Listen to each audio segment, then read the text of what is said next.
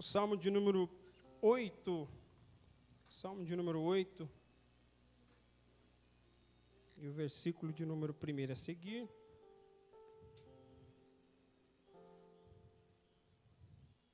Salmo de número 8, versículo 1 a seguir. Foi essa palavra que o Senhor tocou no meu coração de compartilhar com a igreja nesta noite. Esta noite festiva, que é celebrando a Santa Ceia do Senhor Jesus. E nós vamos meditar nesta passagem. Eu tenho certeza que há de ser de grande auxílio, grande ajuda e de estímulo ao nosso coração. Todos acharam? Amém? Que diz assim, Salmo de número 8. Ó Senhor, Senhor nosso, quão magnífico em toda a terra é o teu nome, pois expusestes nos céus a tua majestade. Da boca de pequeninos e crianças de peito suscitaste força por causa dos teus adversários, para fazeres emudecer o inimigo e o vingador. Quando contemplo os teus céus, obra dos teus dedos, e a lua e as estrelas que estabeleceste, que é o homem que dele te lembres e o filho do homem que o visites? Fizeste, no entanto, por um pouco menor do que Deus, e de glória e de honra o coroaste. Deste-lhe domínio sobre as obras da tua mão, e sobre os seus pés tudo lhe puseste, ovelhas e bois todos, e também os animais do campo, as aves do céu e os peixes do mar, e tudo que percorre a senda dos mares. Ó Senhor, Senhor nosso, quão magnífico em toda a terra é o teu nome. Amém? Vamos fazer uma oração e pedir a graça de Deus sobre nós. Senhor, em mais esta oração, nós pedimos da graça do Senhor sobre cada um de nós aqui nesta noite, Pai. Iremos meditar na Tua santa e bendita palavra. Senhor, que por intermédio dela o Senhor possa falar aos nossos corações, que o Senhor possa tocar profundamente nas nossas almas, que o Senhor possa abrir os olhos do nosso coração para Te conhecermos cada vez mais, e Te conhecendo cada vez mais, Te amarmos, Senhor, de todo o nosso coração. É a minha oração em nome do Senhor Jesus. Amém, irmãos? Tome assento, por gentileza.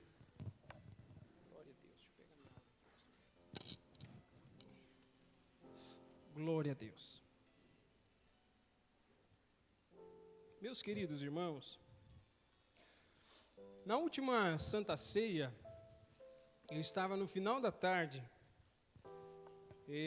dando uma olhada novamente no esboço da mensagem que eu traria aqui à igreja, e quando eu olhei pela janela do escritório, que, como eu sempre brinco, dá de frente para as campinas do Monte Castelo, né? Quem mora lá, o pastor Gerson mora próximo, né? Sabe que lá por trás, geralmente nesse período, o sol desce ali, né? Se põe ali, e a gente diz se põe, né? Na nossa pequenez de seres humanos, porque o sol não se põe, na verdade é a terra que está girando.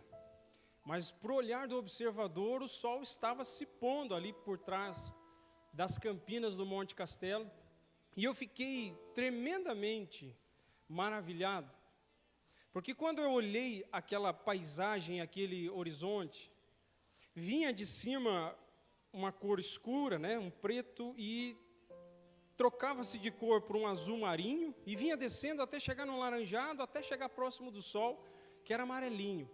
E aquela imagem me chamou muito a atenção, despertou profundamente o meu coração, e eu, mais do que rapidamente, chamei minha esposa e chamei meu filho. Falei, amor, vem aqui, vem dar uma olhadinha. E ela veio rapidinho, né?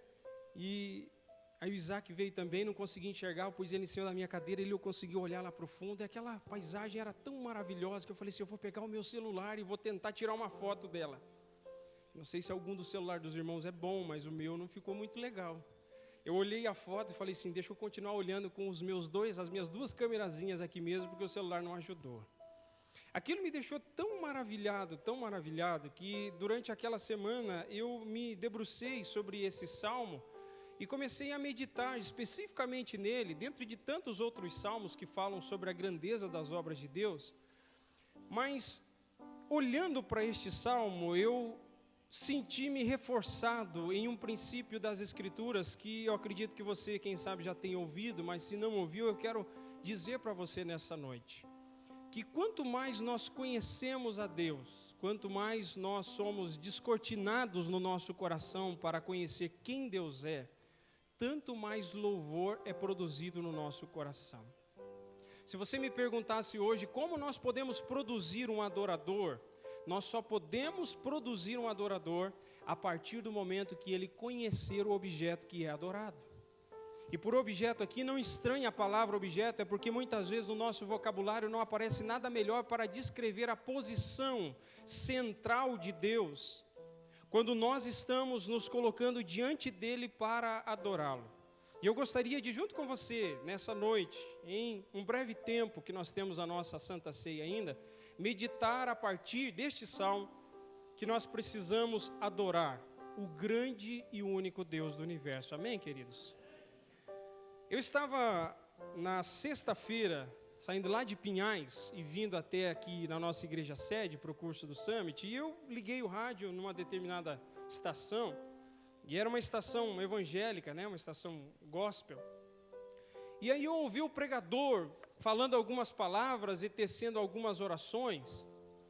E eu percebi nas palavras desse pregador que ele tinha muita vontade de adorar a Deus, mas o coração dele estava tão acostumado com aquilo que nós muitas vezes, parece que está colado dentro do nosso coração, que nós vamos falar com Deus e nós nos esquecemos de adorar a Deus por aquilo que Ele é. E muitas vezes nós estamos orando e parece que alguma coisa aciona dentro de nós, que nós paramos de adorar a Deus, se é que o fazemos, e passamos para a petição. Nós passamos para o lado da bênção, para o lado das coisas que nós desejamos da parte do Senhor. E não tem nada de errado, muitas vezes, pedir a graça de Deus e as bênçãos do Senhor sobre as nossas vidas. Mas não parece muitas vezes que as nossas orações é igual de pessoas interesseiras que só querem aquilo que alguém pode lhe dar, mas não se interessa pela pessoa? Você imagine que a sua esposa ou seu esposo só lhe desse um abraço quando recebe alguma coisa de você. Será que essa pessoa vai aparentar que é alguém interesseiro?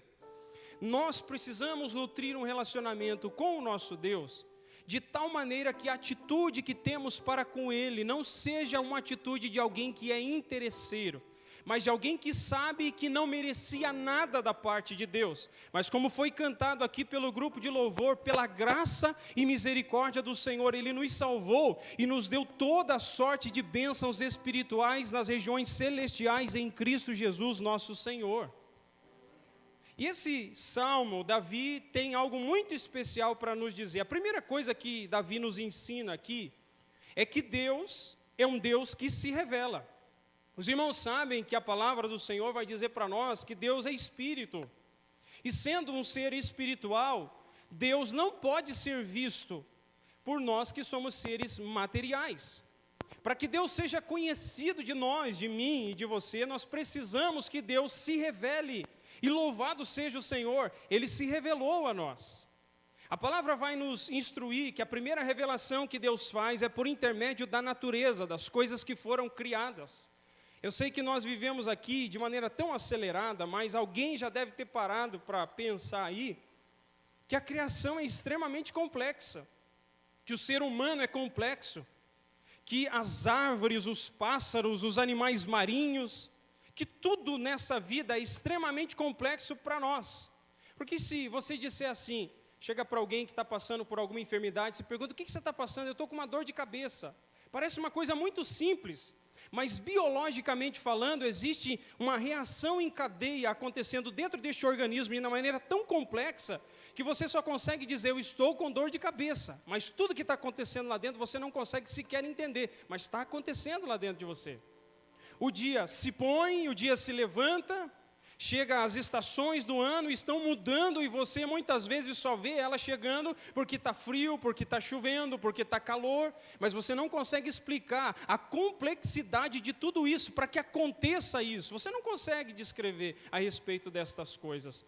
E quando nós paramos para olhar para a criação de Deus, nós vemos que ela pressupõe a necessidade de que um ser todo-poderoso, transcendente, glorioso, tenha feito tudo isso, criado todas estas coisas.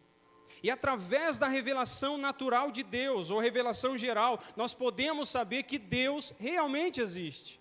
Existe uma outra revelação, segundo as Escrituras, que é a revelação especial de Deus, que é o próprio Filho de Deus, Jesus Cristo. Através de Jesus, nós podemos conhecer a essência de quem Deus é. Você se lembra que no capítulo 14 do Evangelho de João, Os discípulos estão entristecidos porque Jesus está dizendo para eles: eu vou deixar vocês. E eles estão profundamente abatidos porque andar com Jesus era muito especial. Eles eram instruídos, ensinados, orientados, guiados pelo Senhor Jesus. E agora Ele está dizendo: eu vou deixar vocês. E é uma palavra muito interessante no decorrer do capítulo 14, que um dos discípulos de Jesus vai dizer para ele: Senhor, mostra-nos o Pai e isto nos basta. E Jesus diz assim: estou há tanto tempo com vocês, Felipe, e você não tem visto o Pai? Quem vê a mim, vê o Pai que me enviou. Jesus Cristo veio para fazer o Pai conhecido. No próprio Evangelho de João, capítulo 1, versículo 18, a Bíblia vai dizer que Deus nunca foi visto por ninguém, mas o Filho unigênito, o Deus unigênito que estava no seio do Pai, Jesus Cristo, esse o manifestou. Hebreus capítulo 1, versículo 1 e 2 vai dizer: havendo Deus antigamente falado muitas vezes e de muitas maneiras aos pais pelos profetas, nestes últimos dias nos falou através do Filho, a quem constituiu o herdeiro de tudo, por quem também fez o mundo, o qual é a expressão exata do seu ser. Jesus veio para expressar perfeitamente quem é o Pai. Então nós temos a revelação natural de Deus, temos a revelação especial de Deus no Filho, e nós temos mais uma revelação, que é a revelação através das Sagradas Escrituras. 3 formas de revelação nós temos. Se não fosse por intermédio das Sagradas Escrituras e do testemunho delas pelos filhos de Deus, nós nunca saberíamos quem Deus é. Você já percebeu que existe uma coisa muito maravilhosa? Você provavelmente veio a se converter depois de muitos anos, e você, quem sabe, mesmo antes da conversão, já ouvia falar a respeito de Jesus. Mas chegou um dia que a mensagem de Jesus penetrou ao teu coração, e naquele dia tudo se tornou novo na sua vida. Eu acho muito especial isso, e eu abro um parêntese aqui. Há um pastor que diz algo muito precioso. Ele diz que se nós pegarmos 10 ateus, mas que conhecem perfeitamente as línguas originais, e mais especificamente a língua grega, se pegar João 3,16, ele vai saber descrever aquele texto muito melhor do que qualquer um de nós que somos leigos no grego. Mas a grande questão é que esses 10 estudiosos que entendem o grego vai ler que Deus amou o mundo de tal maneira que deu o seu Filho unigênito para que todo aquele que nele crê não pereça, mas tenha a vida eterna. Eles vão ler aquela palavra, esses 10 homens que entendem muito bem o vocabulário, mas essa palavra não vai ter efeito nenhum nos seus corações. Você sabe qual que é a diferença deles e para nós? Que quando nós ouvimos um dia que Deus amou o mundo de tal maneira, o Espírito Santo de Deus disse no meu e no teu coração: Deus amou você de tal maneira que Ele deu o seu Filho unigênito para que você que creu nele tenha a vida eterna e não pereça. Então nós temos, pela graça de Deus, a revelação do Senhor, primeiramente, através da criação, segundo, através de Jesus Cristo, e terceiro, através das Sagradas Escrituras. Um outro ponto que o salmista Davi vai nos guiar aqui é nos fazer entender que Deus possui alguns atributos que não podem ser esquecidos por nós que somos cristãos. Primeiro, que Deus é soberano. Quando nós dizemos Deus é soberano, para muitas pessoas essa palavra parece não fazer muito jus. Mas a palavra soberania, ela está intimamente ligada àquilo que Deus é por essência. É um atributo pessoal de Deus. Isso significa que Deus está sobre tudo e sobre todos, que Ele tem poder sobre tudo e sobre todos, que Ele conhece tudo e conhece a todos. Existe alguém no universo que seja semelhante a Deus? Os irmãos sabem o que vai acontecer daqui 1 hora, quando vocês saírem daqui da igreja? Por favor, ninguém sabe o que vai acontecer daqui 1 hora? Não? Daqui 1 semana, você sabe o que vai acontecer? Você pode até planejar a tua vida. Você pode até colocar no papel os teus planejamentos, mas somente Deus sabe o futuro de cada um de nós. Isso deveria tirar o peso de sobre os nossos ombros, porque é isso que Davi está dizendo: Senhor, Senhor nosso, quão magnífico em toda a terra é o teu nome. Davi está dizendo: Senhor, não há outro semelhante a ti. Senhor, não existe ninguém, não existe homem, não existe um suposto Deus que esteja em páreo com o Senhor, que seja igual ou semelhante ao Senhor. Não existe. Deus é soberano, Deus é todo-poderoso, Deus é onisciente, onipresente, e nós precisamos ter isso sempre firme nos nossos corações. E existem pelo menos 4 questões aqui que envolvem essa soberania de Deus. A primeira delas é que Deus criou todas as coisas. E por que eu estou dizendo isso? Tem muitos irmãos que vão dizer, mas pastor, nós já sabemos que Deus criou todas as coisas. Mas tem gente que muitas vezes não consegue dar o devido valor para que isso realmente adentre o seu coração. Existem jovens e adolescentes que estão sendo expostos, ou até aqueles que estão na faculdade, mas muitos nas escolas, estão sendo expostos a teorias evolucionistas, dizendo que a evolução explica tudo. Mas a evolução não explica tudo. A evolução quer fazer uma proposta a respeito da criação, mas é uma proposta que exclui Deus. E a palavra de Deus vai dizer, no seu primeiro versículo, em Gênesis capítulo 1 e versículo 1, e é isso que nós devemos crer de todo o nosso coração, que no princípio Deus criou os céus e a terra. E a palavra vai dizer, tem 2 palavrinhas ali no hebraico, que é tohu, vabohu, que vai dizer que Deus criou todas as coisas do nada, sem que nenhuma fagulha de universo existisse. Deus, pelo poder da sua palavra, fez com que todas as coisas viessem a ser criadas. A segunda coisa que nós devemos entender é que Deus domina sobre tudo.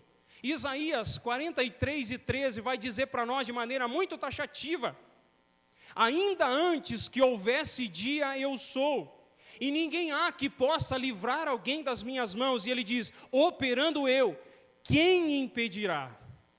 Será que eu e você, seres humanos, ou qualquer criatura angelical, Satanás e os seus demônios, pode impedir a mão de Deus de trabalhar? De forma alguma, porque Deus é soberano sobre tudo e sobre todos. A terceira coisa é que Deus se relaciona com a criação, e aqui é muito especial para nós.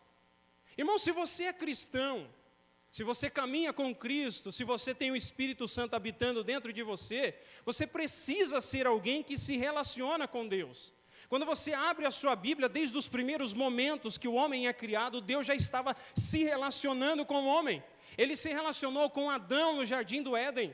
Ele se relacionou com Noé, com Moisés, com Davi, com os profetas. Ele falava com estes homens. Ele chegou a tal ponto a dizer, tanto para Arão como para Miriam, que tentavam dizer, será que Moisés é melhor do que nós? Chamou Deus Arão e Miriam e disse para eles, com os outros profetas eu falo através de sonhos e de visões, mas não é assim com meu servo Moisés. Eu falo com Moisés face a face, como qualquer outro fala com os seus amigos. Deus é um Deus que se relaciona conosco. Irmão, você tem se esquecido que Deus é um Deus que se relaciona? Será que você tem colocado intermediários no seu relacionamento com Deus? Será que você vai na casa de um suposto profeta para dizer, eu preciso ouvir alguma coisa da parte de Deus? Você vai na casa de algum missionário para dizer, eu preciso ouvir alguma coisa da parte de Deus? Eu quero te dizer uma coisa bem direta e bem objetiva. Você quer ouvir Deus falar com você? Abra a tua Bíblia e em espírito de oração, Deus falará ao teu coração de maneira poderosa e significativa, e você jamais se esquecerá dessa experiência poderosa. E o quarto e último ponto aqui desse primeiro versículo que nós aprendemos é que Deus possui um propósito que é imutável. Eu tenho me surpreendido com algumas coisas que eu tenho ouvido ultimamente, algumas propostas de algumas pessoas dizendo que o futuro é incerto. E o que me choca não é ouvir isso de pessoas não crentes, mas de ouvir isso de cristãos. De gente que acha que estudou o suficiente para desmerecer os atributos essenciais da parte de Deus. Tem gente dizendo que o futuro está em aberto e quem define o futuro somos nós. E isso é diametralmente oposto. Lá em Isaías capítulo 46, versículo 9 e 10, a palavra diz assim, lembrai-vos das coisas passadas da antiguidade, que eu sou Deus e não há outro, eu sou Deus e não há outro semelhante a mim, que desde o princípio anuncio o que há de acontecer e desde a antiguidade as coisas que ainda não sucederam, que digo, o meu conselho permanecerá de pé e farei toda a minha vontade.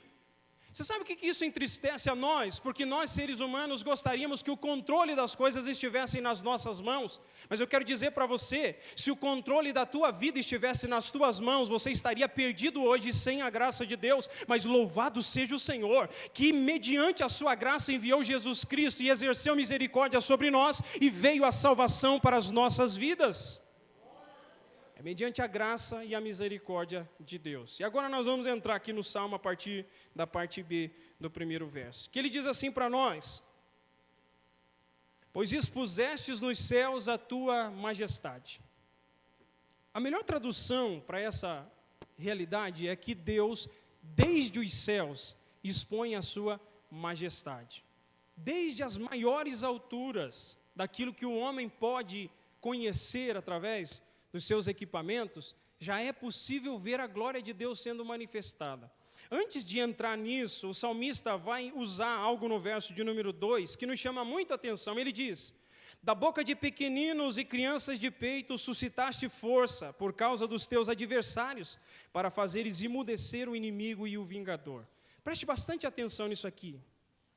Primeira coisa que nós vemos dentro dessa passagem, desse verso 2, é que o salmista está dizendo que Deus é especialista em pegar coisas pequenas e insignificantes, que as pessoas desprezam de alguma forma, e usá-las poderosamente para vencer os seus adversários e os seus inimigos. Quando eu digo isso, será que você se lembra de algum personagem bíblico pequeno que venceu algum adversário grande? Provavelmente você se lembra de Davi. Davi era alguém que aos olhos humanos era totalmente incapaz, era totalmente incompetente para poder ser um guerreiro que vai adiante do exército do seu país e batalha contra outro exército maior e ainda mais batalhar contra um grande gigante chamado Golias. Mas você sabe que Davi não vai na força do seu braço. Quando o gigante se levanta e se coloca de pé diante de Davi, e Davi se coloca de pé diante do gigante, as palavras do gigante são de blasfêmias contra Deus e contra o povo de Deus. Mas Davi olha para ele dizendo assim: você vem contra mim com espada e lança, mas eu vou contra você em nome do Deus vivo. Aqui o salmista está dizendo que Deus é especialista em mudar a mente dos homens, em transtornar aqueles que querem se ensoberbecer contra Deus. Daqueles que querem arrogantemente dizer que Deus não existe, que Deus está morto, mas o nosso Deus está vivo e desde os céus a sua glória é proclamada. Aleluia. A partir do versículo 3, o salmista vai explicar para nós algo muito precioso. Ele diz: quando contemplo os teus céus, obra dos teus dedos. Quem aqui faz pão, irmãos? Levanta a mão aí que eu quero conhecer. Tem bastante gente que faz pão, eu sabia só que era a irmã Rosa. O pão lá da irmã Rosa a gente já experimentou, né, irmã Rosa? Mas do restante aqui que faz, até hoje eu não experimentei, gente. Eu não ganhei nenhum. Você sabe que quando você está preparando aquela massa de pão, uma coisa muito importante para quem faz o pão é sovar a massa. Você sabe que sovar a massa é uma das maiores tristezas para quem faz pão. Eu já me arrisquei várias vezes de fazer, mas o que me desanima é aquele grude que vira, né? Se você tem uma maquininha para poder enrolar a massa, a irmã Rosa deve ter lá, glória a Deus por isso. Mas a gente que é mais simples, né? A gente não tem. A gente tem que fazer com a mão, e aquilo vira uma meleca no começo, e você joga a farinha, e aquilo vai grudando, você passa e tira aquilo da mão, e aquilo vai pegando, vai grudando, até que aquilo dá liga, e você vai mexendo, até que daqui a pouco já não gruda mais. E há algo muito interessante ali. Você sabia que se alguém fosse fazer um teste naquela massa para encontrar quem foi que fez, a pessoa encontraria? Você fez aquela massa, deixou num canto e esqueceu. Se alguém pegar aquela massa, consegue fazer ali um teste para saber quem foi que confeccionou aquela massa ali. Como que se faz esse teste? Não é pelo cabelo, irmão. Se cair cabelo na massa, daí está feio, né? Mas você achou um cabelo lá, daí não dá. Provavelmente as digitais estão ali pegadas naquela massa de pão. E olha que coisa maravilhosa que o salmista está dizendo aqui: quando contemplo os teus céus, obras das tuas mãos. Aleluia! O salmista está dizendo que as digitais de Deus podem ser encontradas neste universo. Você sabe como? Nós vamos entender aqui. Ele diz, quando contemplo os teus céus, obras dos teus dedos. A primeira coisa que o salmista faz é usar o que é chamado de antropomorfismo. Você sabe que o Pai não é citado na Bíblia possuindo algum tipo de corpo físico. Muitas pessoas às vezes querem fazer essa associação, mas a Bíblia nunca vai atribuir ao Pai um corpo físico. É por isso que é usado algo chamado de antropomorfismo. Nós não temos ciência se Deus Pai tem uma mão, ou duas mãos, ou dois olhos, ou um nariz, ou uma boca. Nós sabemos que o Filho tem, o Filho assumiu uma forma humana. Quando ele veio aqui, ele assumiu um corpo humano que ele terá eternamente, mas o Pai nós não sabemos. Mas o salmista vai usar essa figura de linguagem para dizer que o dedo de Deus, as mãos de Deus estão por detrás de toda a criação. Segunda coisa que nós percebemos aqui é que o salmista vai fazer uma referência da pequenez de toda a criação diante da grandeza de Deus. Eu já fiz uma pergunta aqui, mas eu vou perguntar de novo. Quantas estrelas existem na nossa galáxia, na nossa Via Láctea? Eu vou esperar aqui que eu tenho certeza que alguém vai responder. Só não chuta eu aqui, irmãos. Os irmãos estão chutando ali. 5 quintilhões. Segundo o Instituto Nacional de Pesquisas Espaciais, presta bastante atenção, ele diz assim, estima-se que a nossa galáxia, a Via Láctea, possui de 200 a 400 bilhões de estrelas. A nossa galáxia. As estimativas também apontam que existe, além da nossa galáxia, centenas de bilhões de galáxias no universo. E isso resultaria na existência de mais de 10 sextilhões de estrelas. É estrela que não acaba mais. E eu achei muito interessante um dia, ouvindo uma live do professor Adalto Lourenço, que é um físico que defende o criacionismo bíblico. Ele foi perguntado pelo professor Marcos Zebre, que também é cristão, é químico e que defende o criacionismo bíblico. E o professor Marcos Zebre perguntou para ele assim, professor Adalto, se alguém lhe perguntasse a respeito da quantidade de estrelas que existe no universo, dizendo assim, se houvesse uma intencionalidade da parte de Deus, por que existiria tantas galáxias e tantas estrelas assim? Não dá para fazer só uns pingadinhos delas? E só quem está na Terra consegue enxergar? E ele deu uma resposta que eu achei muito interessante. Ele disse assim, um prefeito constrói um viaduto, um presidente constrói uma rodovia, o imperador chinês constrói uma grande muralha, todos eles têm que ser grandes. Um grande Deus constrói um universo do seu tamanho. Você sabe o que ele está dizendo? Conforme a grandeza do construtor, tal é o tamanho da grandeza da obra. E é por isso que esses milhões e bilhões de estrelas existentes estão ali para proclamar a glória de Deus. Eles estão ali para dizer que o Deus Todo-Poderoso que criou os céus e a terra, os planetas, as estrelas, as galáxias, ali está o dedo dele e as suas digitais, demonstrando o seu poder e a sua glória. Logo após isso, o salmista vai introduzir para nós algo muito precioso aqui, que eu acredito que alguns, às vezes, não pararam para pensar na grandeza disso. Olha o que ele diz no verso 4. Que é o homem, que dele te lembres, e o filho do homem para que o visites. Quem somos nós, irmãos? A gente se acha fortão, não acha? Principalmente quanto mais novo a gente está, a gente até dá aquela empinada no peito, né? Aquele peito de pombo, para dizer que a gente está viril, está forte, tem muita força, né? Mas esses que empinam o peito e diz que estão fortes, um dia pegam uma bactériazinha no organismo. O que acontece com esse povo forte aí? Alguém aqui já teve pedra na vesícula ou no rim? Já ou não? Ninguém teve, irmãos. Vamos orar para que ninguém tenha mesmo, né? Já tem uns irmãos ali, né? É bom, irmãos? Uma dorzinha bem chata, né? Que posição é melhor? Na verdade, nenhuma. Mas você, qual posição que você vai ficar se você estiver com dor, com cólica? Qual a posição? Aquela dor tremenda ali embaixo. Você vai ficar de pé, andando, fazendo caminhada de manhã cedo, 6:30 da manhã. O que você vai fazer? Você vai ficar na cama deitado. E de bruço. Que é pior ainda, não vai conseguir nem enxergar o mundo. Uma pequena questão nas nossas vidas mentalmente nos abala, emocionalmente nos abala, fisicamente nos abala, nós somos fracos demais. Eu me lembro que o dia que eu fui fazer a cirurgia de amidalectomia, se eu falar 2 vezes isso aí sai línguas aqui, de tão palavra difícil. arrancar aqui de dentro aqui as glândulas e tirar as 2 amígdalas. 12 dias de dor, a família comendo pastel um dia e eu babando de fome, só comendo sorvete, não aguentava mais, insuportável. E uma sopinha, um caldinho de feijão, eu falei, preciso de alguma coisa, de sustância.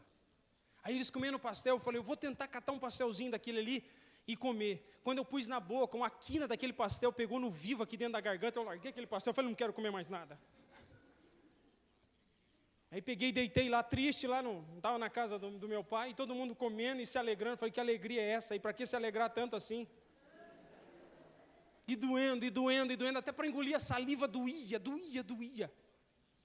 E eu me lembro que quando eu saí do centro cirúrgico, eu fui levado para o quarto e o meu pai me acompanhou ali. E eu tentava acordar depois da anestesia, eu abria o olho e daqui a pouco voltava de novo. Eu tentava abrir o olho e firmar, daqui a pouco voltava de novo. E fui indo, e depois daquela experiência eu falei, Senhor, eu não sou nada, eu sou pó, eu sou pequeno, eu não consigo nem sequer me autossustentar diante de uma situação como essa, queridos, nós somos assim, nós somos frágeis e vulneráveis mentalmente, emocionalmente, fisicamente, nós não somos pó, nós somos pequeno. Mas olha que coisa maravilhosa que o salmista está dizendo, Senhor, quem é o homem para que dele te lembres? Esse pedacinho de barro colocado no universo. Quem é o homem, Senhor, para que o Senhor o visite e tenha relacionamento com Ele? E olha o que Ele vai dizer para nós a partir do versículo 6. Deste-lhe domínio sobre as obras de tuas mãos. Aqui é muito precioso, irmãos, porque aqui eu quero que você entenda que hoje nós cristãos ainda não desfrutamos daquilo que nós vamos desfrutar na posse do novo céu e da nova terra. A palavra de Deus, a partir do versículo 5, ele vai dizer para nós, fizeste-o, no entanto, por um pouco menor do que Deus, e de glória e de honra o coroaste. Tem muita gente que pega essa tradução aqui e parece que o tradutor foi blasfemo. Fizeste-nos um pouco menor do que Deus. Mas não é no sentido de dizer que nós somos menor do que Deus, no sentido de sermos muito próximos e semelhantes a tudo aquilo que Deus é. Não. A ideia do salmista aqui no Salmo é dizer para nós, para os seres humanos, que Deus, com relação ao universo, nos fez um pouco menor do que Deus, porque nós somos gerentes de toda a criação de Deus. Olha a posição que Deus deu a nós. Se eu perguntasse para você aqui hoje, quem é mais capaz, mais forte, mais poderoso? Nós ou os anjos? Tem gente que tem dúvida ainda, irmãos. Ah, gente forte, hein? Quem é mais capaz e mais forte? Os anjos. Só que não foi aos anjos que o Senhor colocou a administração do planeta Terra nas mãos, Ele colocou nas mãos do homem, Ele deu autoridade do homem reger o planeta. Você se lembra lá? Abre a sua Bíblia lá em Gênesis, capítulo de número 1, versículo 26 ao 28. A palavra de Deus diz assim, também disse Deus, façamos o homem à nossa imagem, conforme a nossa semelhança, tenha ele domínio sobre os peixes do mar, sobre as aves dos céus, sobre os animais domésticos, sobre toda a terra e sobre todos os répteis que se rastejam pela terra. Criou Deus, pois, o homem à sua imagem, a imagem de Deus o criou, homem e mulher os criou. E ao 28, e Deus os abençoou e lhe disse, sede fecundos, multiplicai-vos, enchei a terra, sujeitai-vos, dominai sobre os peixes do mar, sobre as aves dos céus e sobre todo animal que se rasteja pela terra. Deus outorgou ao homem essa responsabilidade. É claro que depois da queda, o homem quis usar a criação para o seu próprio benefício. O grande problema hoje que você encontra nas áreas de política, sociologia e tantas outras áreas, para não dizer que todas as áreas estão contaminadas, é o centro do coração humano que é extremamente egoísta depois da queda. Se você perguntar hoje aos partidos políticos de direita ou de esquerda qual é a maior preocupação que eles têm, não é com o povo. A preocupação deles é com o seu benefício, com as suas vontades, com as suas necessidades sendo sanadas. Esse é o grande problema central, o pecado no coração do ser humano que degrada e que corrompe. Mas Deus nos criou para sermos regentes e aqueles que vão administrar aquilo que Deus criou. E olha que coisa maravilhosa, que deveria ser assim, mas nós vamos entender um pouquinho aqui no final.